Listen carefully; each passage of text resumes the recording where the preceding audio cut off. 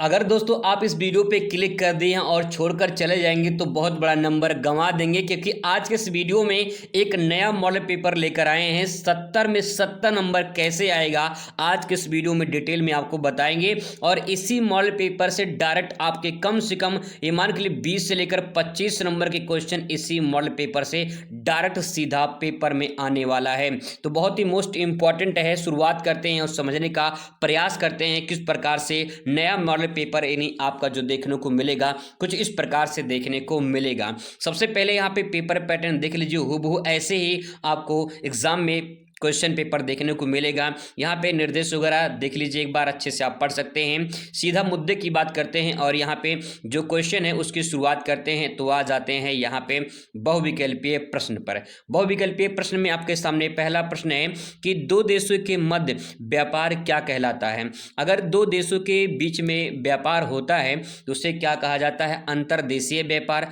अंतर्राष्ट्रीय व्यापार, बाह्य व्यापार या फिर स्थानीय व्यापार। इसमें सही जवाब हो जाएगा अंतर्राष्ट्रीय व्यापार, क्योंकि यहाँ पे जो अंतर्राष्ट्रीय व्यापार में इसे हम विदेशी व्यापार भी कह सकते हैं। तो अगर आपसे पूछे विदेशी व्यापार या अंतर्राष्ट्रीय व्यापार तो बात एक ही होगा, ठीक है, क्योंकि एक देश से दूसरे देश में होने वाले व्यापार को अंतर्राष्ट्रीय व्यापार या विदेशी व्यापार के नाम से जाना जाता है। इसके बाद दूसरा क्वेश्चन आपके सामने यहाँ पे है, निम्नलिखित में से कौन सा बंदरगाह हुगली नदी के तट पर अवस्थित है यानी स्थित है? पारादीप, कोच्चि, कोलकाता या फिर हल्दिया बंदरगाह। तो यहाँ पे जो है आपका जो कोलकाता बंदरगाह है ये हुगली नदी के तट पर स्थित है। और यहाँ पे पारादीप, कोच्चि और हल्दिया ये समुद्र के तट पर स्थित है, ठीक है। तो हुगली जो नदी है वो उसी के तट पर बसा शहर है कोलकाता। इस प्रकार से आपका राइट आंसर कोलकाता हो जाएगा। अगला है, निम्नलिखित में से कौन सा बंदरगाह भारत के पश्चिम तट पर स्थित है? पश्चिम तट का मतलब ये है कि अगर इसको मानचित्र से समझे तो बस आप इतना समझ लीजिए, कुछ इस प्रकार से मानचित्र देखने को मिलेगा और यहाँ पे ये आपका पश्चिम हो जाएगा, ठीक है, और इधर आपका हो जाएगा पूर्व। तो यहाँ पे जो आपका ऑप्शन दिया गया है पश्चिम में पारादीप, पारादीप पड़ता है उड़ीसा में और उड़ीसा पड़ेगा यहाँ पे पारादीप पड़ेगा पूरब में, ठीक है। कोच्चि जो पत्तन है ये कोच्चि पड़ेगा आपका केरल में और केरल पड़ेगा यहाँ पे नीचे, ठीक है। तूतीकोरिन आपका यहाँ पे तमिलनाडु पड़ेगा पूरब में, हल्दिया भी आपका यहाँ पड़ जाएगा पश्चिम बंगाल में। तो इस प्रकार राइट आंसर क्या हो जाएगा? राइट आंसर आपका कोच्चि हो जाएगा जो कि केरल में पड़ता है, ठीक है। ऐसे क्वेश्चन दोस्तों पूछा जाएगा। नेक्स्ट है, राष्ट्रीय जलमार्ग संख्या 1 किस नदी पर तथा किन दो स्थानों के बीच पड़ता है?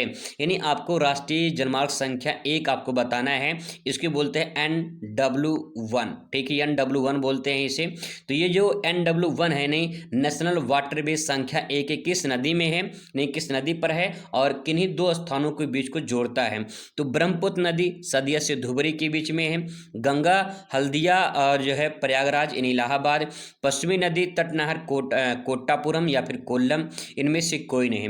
तो आपका इसमें जो है ये बी वाला जो नहीं दूसरा जो आंसर है यही आपका राइट हो जाएगा। राष्ट्रीय जलमार्ग संख्या 1 जो है ये गंगा नदी में है, ठीक है, गंगा नदी पर है और ये हल्दिया से लेकर इलाहाबाद को जोड़ता है। हल्दिया कहाँ पड़ता है? हल्दिया पड़ता है वेस्ट बंगाल में, इलाहाबाद कहाँ पड़ता है? यूपी में। इस प्रकार से ये पूरा का पूरा जो है इसको दो शहर का यहाँ पे नाम लिख सकते हैं, ठीक है। आगे यहाँ पे नेक्स्ट पॉइंट है, खेतड़ी खनन के लिए प्रसिद्ध है। यानी जो खेतड़ी है वो किस खनन के लिए प्रसिद्ध है? लौह अयस्क, बॉक्साइट, तांबा या फिर मैग्नीज के लिए? तो जो खेतड़ी है ये तांबे के लिए प्रसिद्ध है और खेतड़ी पड़ता है राजस्थान में। राजस्थान में खेतड़ी है, तांबे के लिए प्रसिद्ध है। आगे है, रानीगंज किस खनन के लिए प्रसिद्ध है? रानीगंज, बॉक्साइट, तांबा, कोयला या फिर अभ्रक? रानीगंज पड़ता है पश्चिम बंगाल में यानी वेस्ट बंगाल में और ये कोयला के लिए प्रसिद्ध है। तो बहुत ही मोस्ट इंपॉर्टेंट है, इसको ध्यान रखेंगे। अगला है, मलिन बस्तियां जो है सर्वाधिक कहाँ पाई जाती हैं? यानी मलिन बस्तियां कहाँ पे सर्वाधिक है? महाराष्ट्र में, राजस्थान में, तमिलनाडु में, केरल में। तो उसमें राइट आंसर आपका महाराष्ट्र हो जाएगा। महाराष्ट्र में एक है धारावी बस्ती, महाराष्ट्र में धारावी बस्ती है जो कि भारत का सबसे ज़्यादा मलिन बस्ती है, धारावी बस्ती, ठीक है, महाराष्ट्र में है। क्वेश्चन नंबर आ जाते हैं नेक्स्ट पर। कह रहा है कि निम्नलिखित में से कौन सा धार्मिक समुदाय भारत में सर्वाधिक छोटा है यानी सबसे छोटा समुदाय है जैन, सिख, मुस्लिम या फिर ईसाई, तो उसमें आपका राइट आंसर जैन धर्म हो जाएगा। ये सबसे छोटा समुदाय माना जाता है। सबसे बड़ा हिंदू, सबसे छोटा जैन धर्म। आगे है क्वेश्चन नंबर 10 आपके सामने है।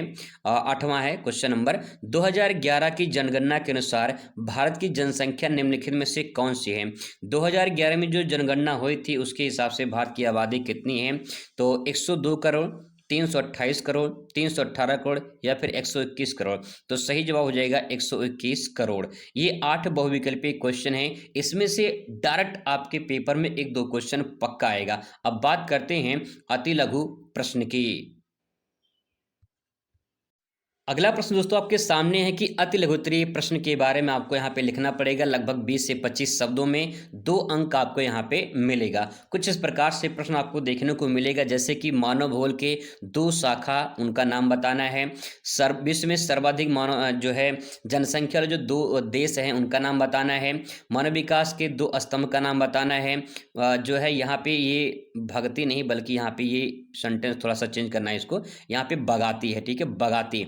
बगाती कृषि रहेगा कि 2 विशेषताएं बताना है, इसको थोड़ा सा संशोधन कर लीजिए, यहाँ पे बगाती कृषि रहेगा, ठीक है। बगाती कृषि की 2 विशेषताएं बताइए, या इसके जगह पे रोपड़ कृषि भी पूछा जा सकता है। कृषि आधारित 2 जो है 2 का नाम लिखना है, कृषि आधारित 2 उद्योगों का नाम लिखना है, ठीक है। नेक्स्ट यहाँ पे है कि उद्योग के स्थानीयकरण की किन्हीं 2 कारकों का उल्लेख कीजिए और तृतीय क्रियाकलाप के 2 उदाहरण बताइए। इस प्रकार से क्वेश्चन पूछा जाएगा। तो आइए इसका उत्तर देखते हैं। उत्तर मैंने यहाँ पे लिख लिया है। सबसे पहले बात करते हैं कि मानव भूगोल की 2 शाखाएं। तो 2 शाखाओं में देखिए, पहली शाखा है आर्थिक भूगोल, दूसरी शाखा है सामाजिक भूगोल, ठीक है। तो इसके बारे में आप जब लिखेंगे तो 1 नंबर मिलेगा, इसके बारे में 1 नंबर, 2 नंबर आपको मिल जाएगा, ठीक है। आगे है नेक्स्ट बात करते हैं अगले क्वेश्चन पर। विश्व में सर्वाधिक जनसंख्या वाला 2 देशों का नाम बताइए। तो चीन और भारत, 2 नंबर यहाँ पे मिल जाएगा आपको। अगला है मानव विकास के 2 स्तंभ बताइए। मानव विकास के 2 स्तंभ में एक स्वास्थ्य, दूसरा शिक्षा हो जाएगा। तो आप स्वास्थ्य और शिक्षा भी लिख सकते हैं, ठीक है। वैसे किताब में थोड़ा सा और अलग दिया है तो इसको भी आप लिख सकते हैं, दिक्कत नहीं होगा, गलत नहीं होगा, ठीक है। नेक्स्ट है आपका यहाँ पे भौगोलिक दशाओं की 2 विशेषता बताइए। तो यहाँ पे भौगोलिक दशाओं की 2 विशेषता लिखिए, जलवायु और उच्चावच। अब जलवायु और उच्चावच में 2 पॉइंट लिखेंगे, 2 नंबर आपको यहाँ पे मिल जाएगा। इतना ही लिखना है, ज़्यादा नहीं लिखना है, 20 से 25 शब्दों में लिखना है। आप इसे पॉइंट वाइज में भी लिख सकते हैं, ऐसे हेडिंग में भी लिख सकते हैं। अगला है कृषि आधारित 2 उद्योगों का नाम लिखना है। तो कपड़ा उद्योग और चीनी उद्योग, क्योंकि कपड़ा है यानी जिससे कपास कृषि में हुआ तो कपास से कपड़ा बन गया, और गन्ना हुआ खेती में तो गन्ने से चीनी बन गया। इस प्रकार से 2 लिख सकते हैं। अगला है उद्योगों के स्थानीयकरण के 2 कारक बताइए। तो 2 कारक में पहला ये है कच्चा माल, दूसरा है परिवहन की सुविधा। जहाँ पे कच्चे माल आसानी से उपलब्ध हो जाए, परिवहन की सुविधा मिल जाए, वहाँ पे उद्योग स्थानीयकरण होता है। अगला क्वेश्चन है यहाँ पे कि तृतीय क्रियाकलाप के 2 उदाहरण बताइए। तृतीय क्रियाकलाप के 2 उदाहरण में बताइए। तो यहाँ पे इसे सेवा क्षेत्र के भी नाम से जाना जाता है। तो उसमें पर्यटन हो जाएगा और जो है बैंकिंग। पर्यटन और बैंकिंग 2 लिखेंगे, जितना पूछा गया है उतना लिखेंगे, आपको पूरा नंबर मिलेगा। अगला यहाँ पे है कि विश्व के 2 बंदरगाहों के नाम बताना है। तो विश्व के 2 बंदरगाहों के नाम पे आप शंघाई बंदरगाह बता सकते हैं, टोक्यो बता सकते हैं, बहुत सारे हैं। आप यहाँ पे 2 लिखेंगे, ठीक है, इस प्रकार से लिख सकते हैं। अब बात करते हैं यहाँ पे लघु उत्तरीय प्रश्न की, जिसका उत्तर लगभग 50 से 60 शब्दों में आपको लिखना रहेगा। 4 अंक आपको यहाँ पे प्राप्त होंगे। तो आइए इसका उत्तर लिखने का प्रयास करते हैं। और यहाँ पे लिखा है क्वेश्चन जैसे कि अंतर्राष्ट्रीय व्यापार के प्रमुख आधारों की व्याख्या कीजिए, भारत की जनसंख्या व्यवसायिक संगठन का विवरण दीजिए, भारत में जनसंख्या वृद्धि रोकने के 4 उपाय बताइए, या भूमि निम्नीकरण क्या होता है, और जो है भूमि निम्नीकरण के लिए किन्हीं 4 उत्तरदायी कारकों का उल्लेख कीजिए, वर्षा जल संचयन के लाभों पर चर्चा कीजिए, धात्विक और अधात्विक खनन में अंतर बताइए, ठीक है। इस प्रकार से यहाँ पे पूछा गया है। तो आइए इसका उत्तर देखते हैं। सबसे पहले बात करेंगे अंतर्राष्ट्रीय व्यापार के प्रमुख आधार क्या हैं। तो इसमें लिखेंगे आप लोग, अंतर्राष्ट्रीय व्यापार 2 या 2 से अधिक देशों के बीच में वस्तुओं और सेवाओं का या फिर पूंजी का आदान प्रदान होता है। जैसे एग्जाम्पल के तौर पे चीन मान लीजिए, चीन से भारत में अगर कोई सामान आता है या फिर जाता है या फिर वस्तुओं का आयात निर्यात होता है तो इसे अंतर्राष्ट्रीय व्यापार कहते हैं, ठीक है। अब इसका प्रमुख आधार क्या है, तो आधार यहाँ निम्नलिखित दिया गया है, आइए जानते हैं कि करके। क्योंकि 4 नंबर में है तो थोड़ा सा आपको डिटेल में इसके बारे में लिखना पड़ेगा, ठीक है। अब यहाँ पे लिखेंगे प्राकृतिक संसाधनों में प्राकृतिक संसाधनों की असमानता, मतलब इसमें लिखेंगे कि विभिन्न देशों में प्राकृतिक संसाधन की उपलब्धता अलग अलग होती है, जिससे व्यापार की आवश्यकता हो जाती है। हर देशों में अलग अलग वहाँ पे संसाधन पाए जाते हैं, इसी कारण जो है व्यापार होता है। अगर सारे संसाधन एक ही देश में मिले, सारे देशों में मिले, तो व्यापार करने की जरूरत नहीं रहेगी, ठीक है। आगे है पॉइंट नंबर नेक्स्ट देखिए, दूसरा है तकनीकी विकास। तकनीकी विकास में लिखेंगे कुछ देश तकनीकी रूप से जो है उन्नत होते हैं और नवीनतम तकनीकों से बने उत्पादों का निर्यात करते हैं। इससे क्या होता है कि जो टेक्नोलॉजी है वो सभी देशों में समान नहीं होती है। समान रूप से जब नहीं होती है तो दूसरे देश जहाँ पे होता है वहाँ से व्यापार करते हैं, ताकि उनके देशों में टेक्नोलॉजी आ जाए और वो अच्छे से विकास कर पाए, ठीक है। अगला है यहाँ पे श्रम विभाजन। इसके बाद यहाँ पे विशेषता, श्रम विभाजन और विशेषता में ले सकते हैं कि प्रत्येक देश अपने दक्षता दक्षता मतलब कौशल जो है ज्ञान कह सकते हैं, नॉलेज कह सकते हैं, उसके अनुसार पे उत्पाद बनाता है और व्यापार के माध्यम से अन्य देशों की आवश्यकता को पूरा करता है। श्रम विभाजन और विशेषता का मतलब ये गया कि विशेषज्ञता मतलब यहाँ पे हम कह सकते हैं कि जो इंसान है उस इंसानों की जो काम करने की क्षमता है वो सबकी अलग अलग होती है। अगर कोई अमेरिका में है तो उसका अलग होगा, चाइना में है उसकी अलग होगा, इंडिया में उसकी अलग होगा। तो इस प्रकार से अपने अपने क्षमता के आधार पर वो काम करते हैं। अगला पॉइंट इसमें ले सकते हैं मांग और पूर्ति। मांग और पूर्ति में ले सकते हैं कि अंतर्राष्ट्रीय व्यापार देशों की जरूरतों और उत्पादों को उपलब्ध कराने पर निर्भर करता है। जैसी मांग होगी, डिमांड होगी, वैसी ही पूर्ति की जाती है, ठीक है। अगला है सरकारी नीतियां। सरकारी नीतियां मतलब यह है कि व्यापार नीतियां, शुल्क यानी टैरिफ, निर्यात, आयात, नियम, द्विपक्षीय समझौते व्यापार को प्रभावित करते हैं। कुछ सरकारी नियम होते हैं, नीति मतलब नियम, तो उसी नियम के अनुसार पे काम करना पड़ता है। तो इसके बारे में ऐसे ही आप यहाँ पे लिख सकते हैं। आगे दोस्तों यहाँ पे अगले क्वेश्चन बात करते हैं कि भारत की जनसंख्या का व्यावसायिक संगठन क्या है। तो भारत की जनसंख्या के व्यावसायिक संगठन हेडिंग डाल देंगे और इसके बारे में लिखेंगे भारत में जनसंख्या का व्यावसायिक संगठन मुख्यतः 3 भागों में विभाजित किया गया है। तो यहाँ पे जनसंख्या के 3 भाग हैं। पहला यहाँ प्राथमिक क्षेत्र देख सकते हैं।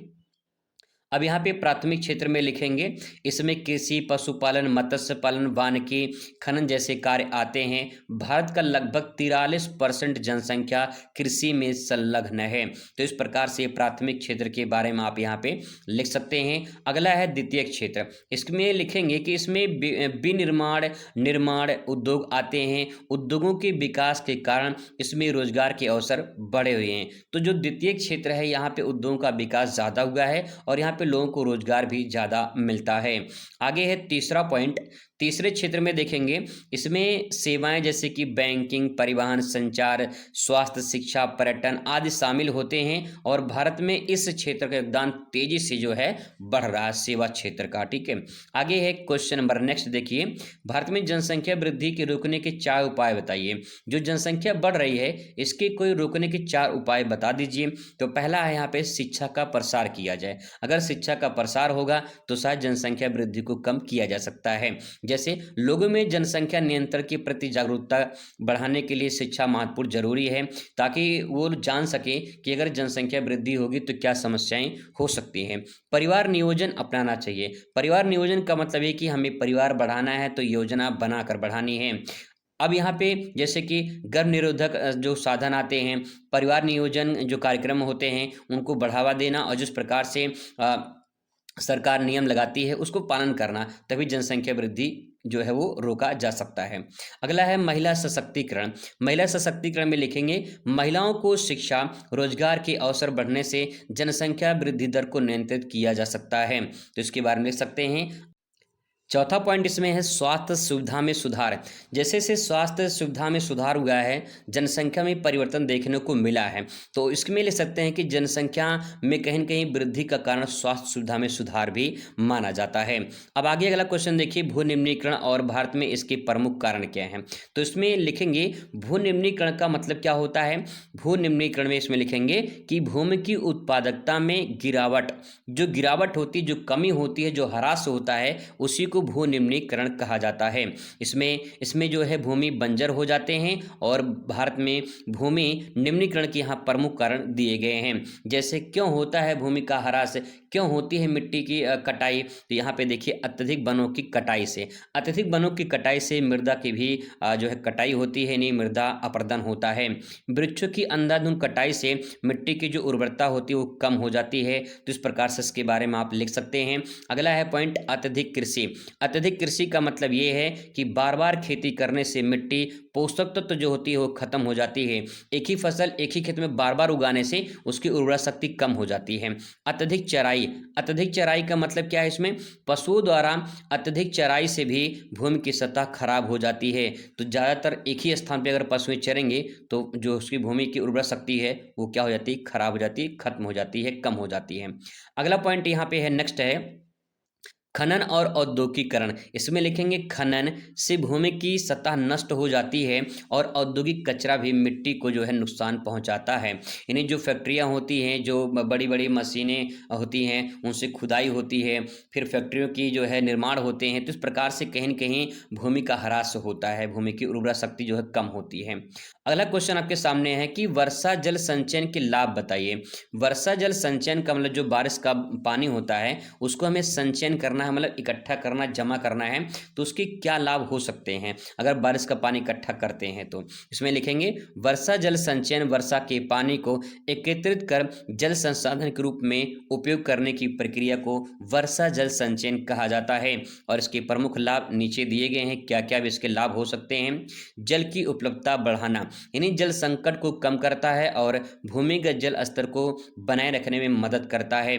पूरी जो पृथ्वी है यहाँ पे, उस पृथ्वी पर देखा जाए तो पृथ्वी पर 0.25 समथिंग जो है ये पीने योग्य पानी बचा हुआ है। इतना कम पानी है, मतलब 1% भी पानी नहीं है पीने योग्य। जो भूमि से हम लोग पानी निकालते हैं जमीन से, नल से या फिर ट्यूबवेल वगैरह से, ये पानी 1% भी नहीं है। और अगर इसका अंधाधुंध उपयोग होता रहा तो आने वाले दिनों में संकट जरूर उत्पन्न होगा। इसीलिए वर्षा के जल का संचयन करना आवश्यक होता है।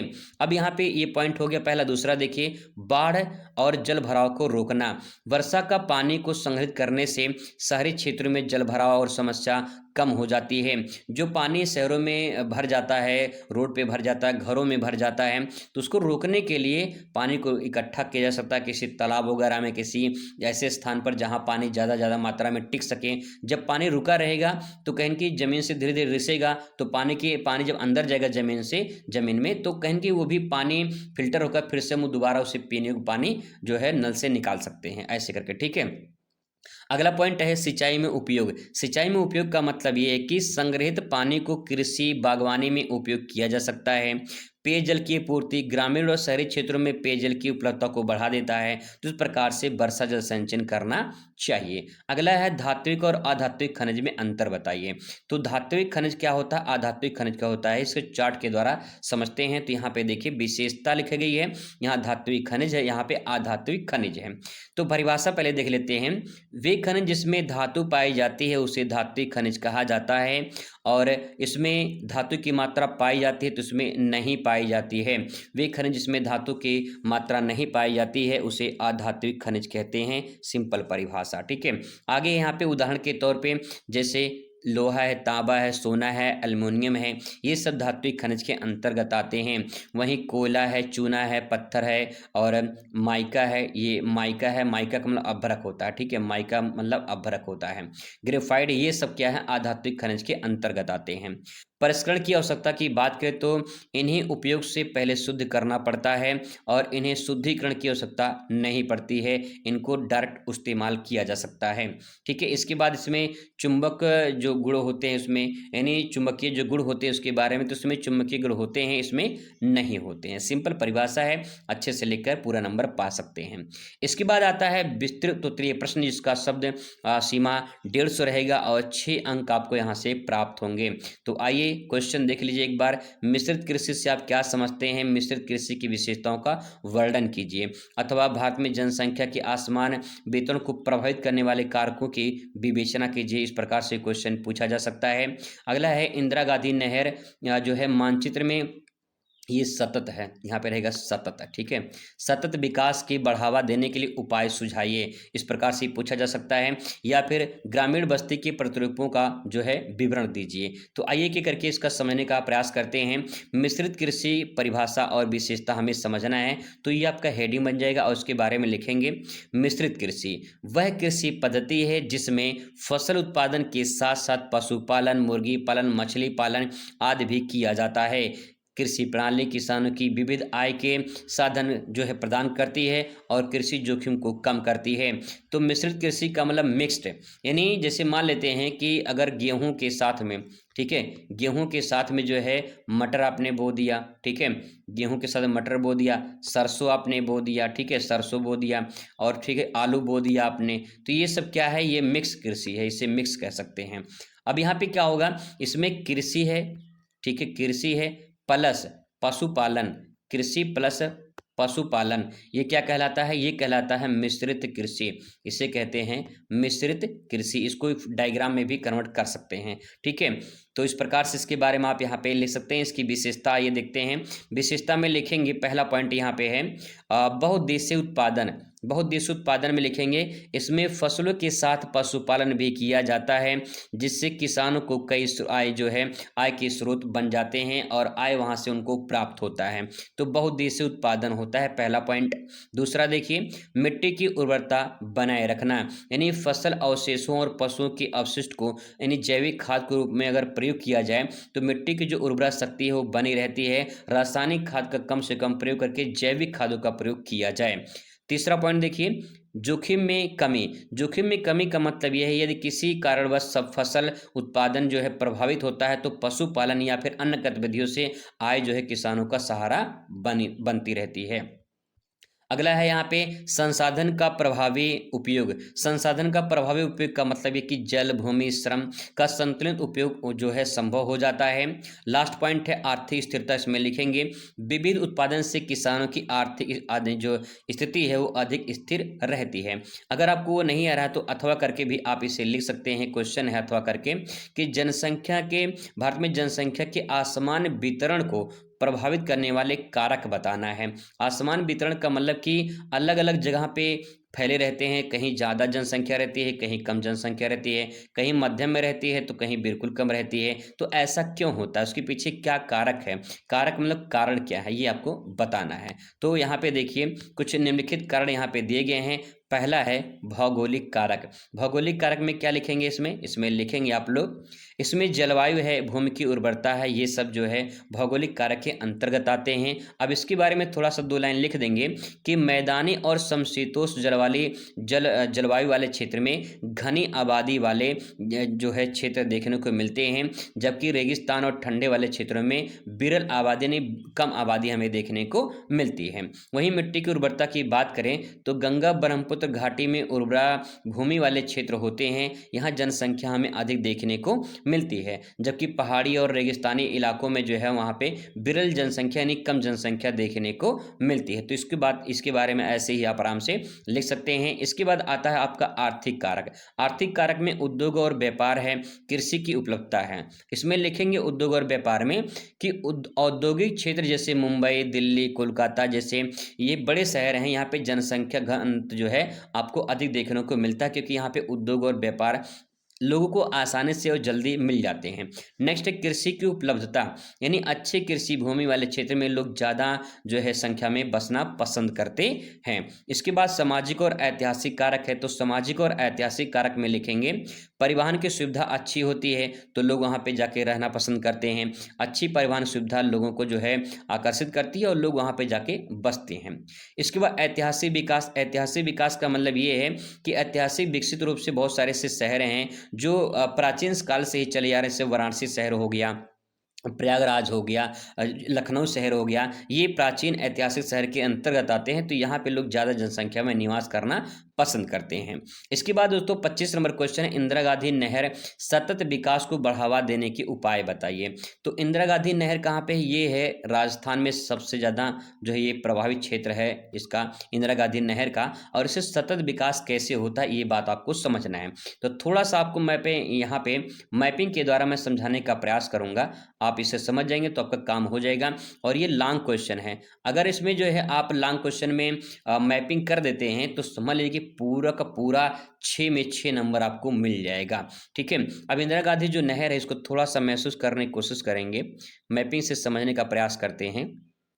इस प्रकार से ये मान लीजिए समथिंग जो है ये भारत है। ठीक है, अब इसके बाद जो है यहाँ पे एक नदी निकलती है जिसका नाम है सिंधु नदी, और ये चली जाती है पाकिस्तान में, फिर इसके बाद अरब सागर में जाके गिर जाती है।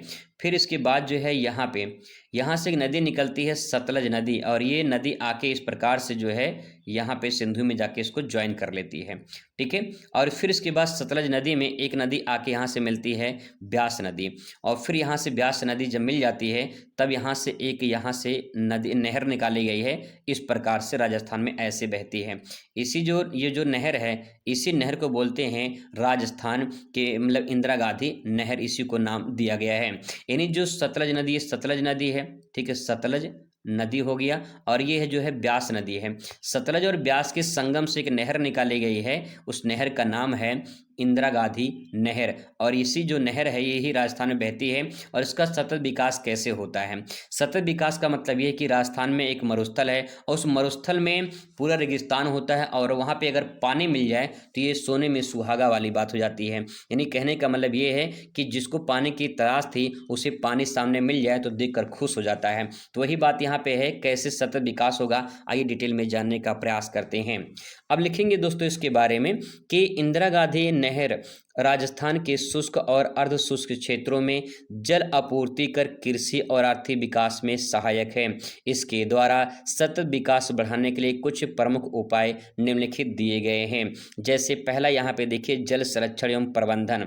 जल संरक्षण एवं प्रबंधन का मतलब ये है कि जल के अपव्यय को रोकने के लिए ड्रिप यहाँ पे कह सकते हैं ड्रिप और स्प्रिंकलर सिंचाई पद्धति का भी अपनाना चाहिए। इसका मतलब क्या है? इसका मतलब ये है कि जो अपव्यय नहीं, जो फालतू खर्चा होता है पानी, उसको रोका जाए। और ड्रिप सिंचाई, ड्रिप मतलब जो छिड़काव वाला टाइप का होता है, जैसे कि इस प्रकार से ऐसे छिड़काव वाला होता है, यहाँ पाइप लगी होती है, इस प्रकार से यहाँ पे छिड़काव होता है। ठीक है, ऐसे छिड़काव होता है तो इसे कहते हैं ड्रिप।